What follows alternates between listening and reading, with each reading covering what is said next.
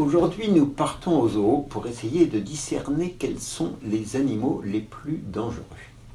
Les craintes que l'on a des animaux lorsque l'on voyage sont-elles fondées? Pour répondre à cette question, regardons le nombre de morts causés par les différents animaux que l'on peut croiser lors d'un voyage.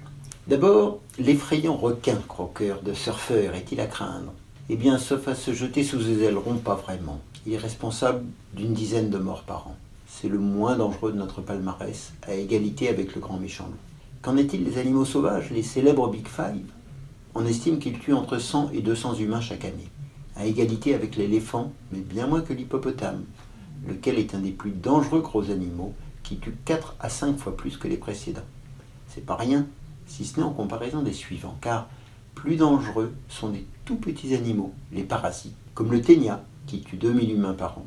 Et c'est 5 fois moins que la mouche tsetse et la réduve, qui injectent un trypanosome, tuant par la maladie du sommeil une dizaine de milliers de personnes chaque année.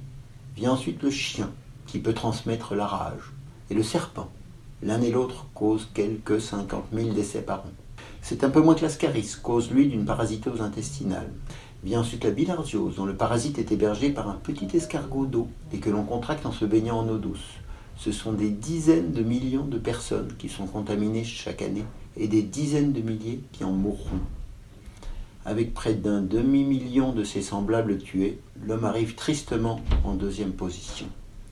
Mais la tête est occupée par le plus redoutable des animaux tueurs de la planète, qui est, vous l'aurez deviné, le moustique, responsable lui de plus d'1 million de morts de notre espèce. Certes, ce n'est pas directement, mais à travers les maladies qu'il transporte, au premier rang desquelles le paludisme. Mais il transmet aussi la dengue, la fièvre jaune, le chikungunya, le virus Zika, le West Nile et j'en passe de plus exotiques. Que peut-on faire? Eh bien, éviter autant que faire se peut les piqûres de moustiques et il en diminuera d'autant le risque qu'ils nous transmettent de vilaines maladies. Si vous voulez savoir comment se protéger des piqûres de moustiques, retournez voir les épisodes précédents de mes petites interventions. Je vous remercie.